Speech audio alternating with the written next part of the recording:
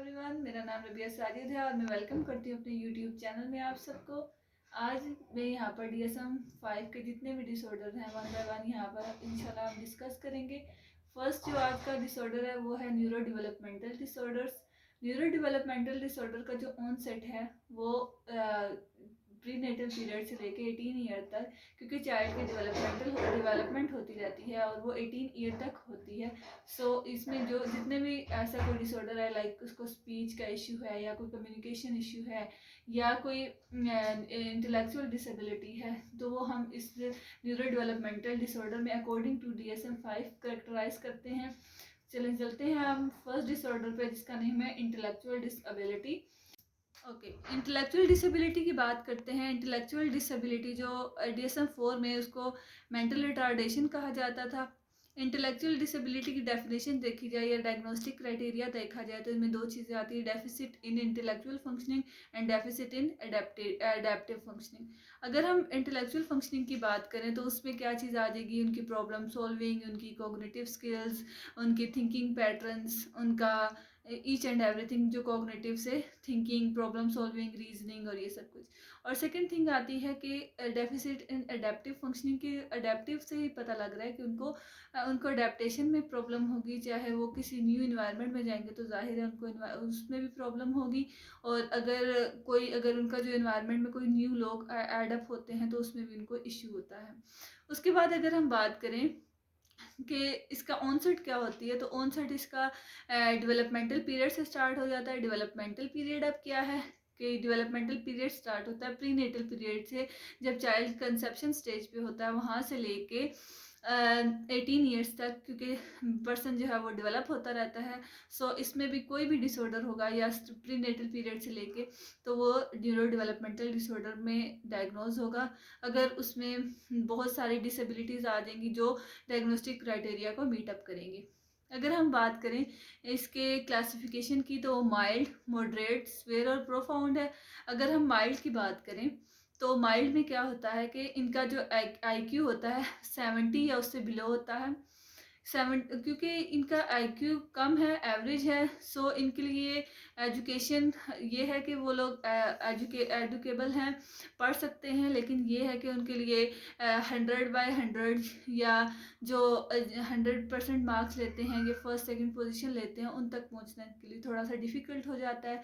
उसके अलावा इनको अडेप्टेशन में मुश्किल होती है, लेकिन अगर उनको थोड़ा बहुत ट्रेन किया जाए या पेरेंट्स इनको थोड़ा बहुत ट्रेन करें या टीचर्स अगर उनके साथ थोड़ा बहुत कोऑपरेट करें तो वो अडेप्ट हो जाते हैं। अगर हम आगे बात करें मॉडरेट की, तो मॉडरेट स्टार्ट होता है 50 से लेके 70 तक।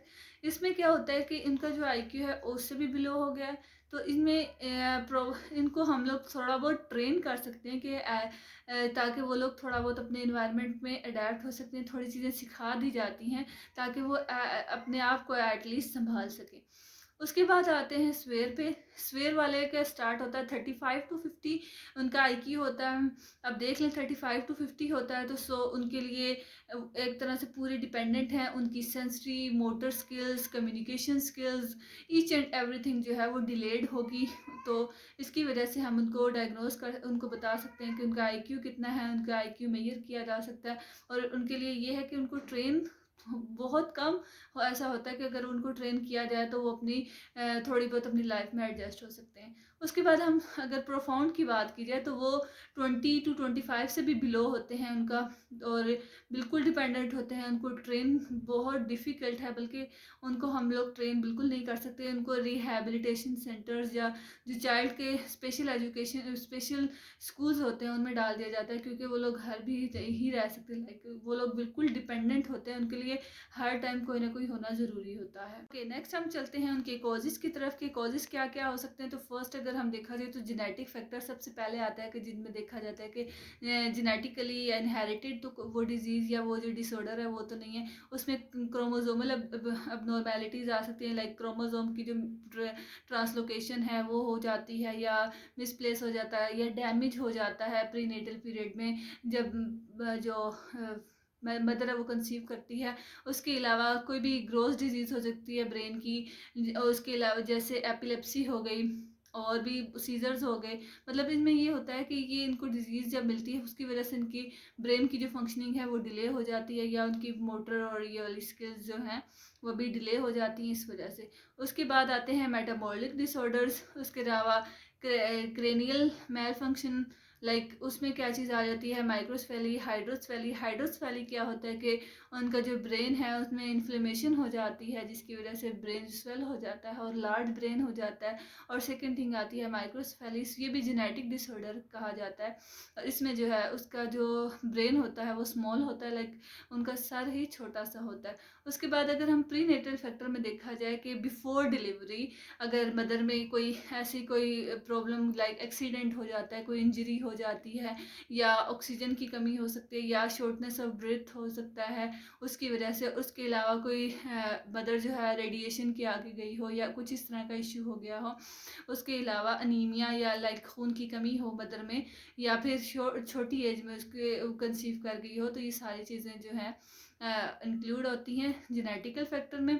उसके बाद अगर हम बात करें प्लेसेंटल डिसफंक्शन भी हो सकता है कि प्लेसेंटा में कोई प्रॉब्लम हो गई हो।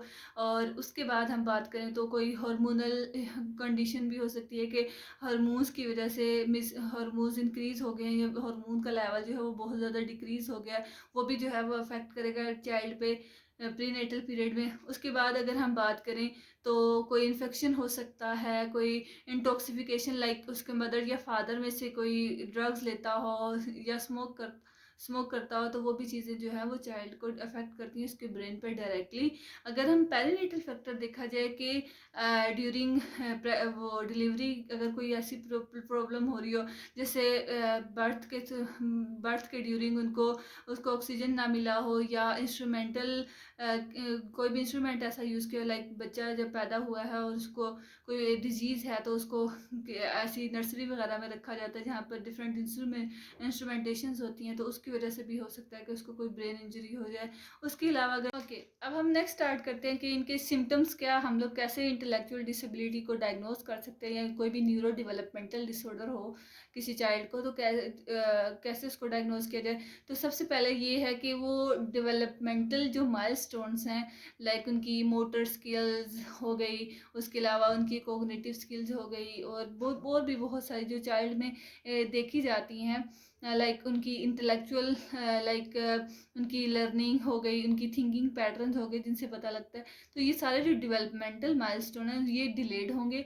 उसके अलावा जो है उनकी जो कॉग्निटिव फंक्शनिंग है वो भी, उसमें भी डेफिशिएंसीज होंगी, लाइक उनका थिंकिंग पैटर्न, उनकी cognitive skills like thinking, reasoning, problem solving, like इनमें ये चीज़ें होंगी ही नहीं, अगर होंगी तो बहुत लो लेवल पे। उसके अलावा देखा जाए तो जो उनकी एकेडमिक अचीवमेंट होती हैं या एकेडमिक कोई भी क्राइटेरिया होता है उसको भी मीट करना इनके लिए बहुत ज़्यादा डिफ़िकल्ट हो जाता है।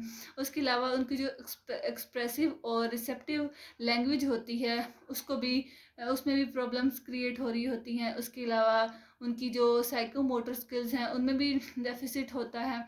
उसके अलावा इनकी जो सेल्फ केयर एक्टिविटीज़ हैं, लाइक इनको गंदा फिर रहे होते हैं बिल्कुल, उनको अपने आप को केयर करना, या अगर वो गंदे भी लग रहे होंगे तो उनको कोई इससे फ़र्क नहीं पड़ रहा होता, तो इससे भी ये चीज़ होती है। उसके अलावा कोई भी न्यूरोलॉजिकल इम्पेयरमेंट हो सकती है, ये चीज़ें ईईजी और ट्रिमर्स के थ्रू हम लोग इसको फाइंड कर सकते हैं कि कोई न्यूरोलॉजिकल इम्पेयरमेंट तो नहीं है। उसके अलावा मेडिकल प्रॉब्लम हो सकती है कि कोई ऐसी सीवियर डिजीज़ हो, जैसे मैंने आप लोगों को बताया, मेनिंजाइटिस हो गया या मीजल्स या इस तरह का कुछ, या सीजर्स हो गए।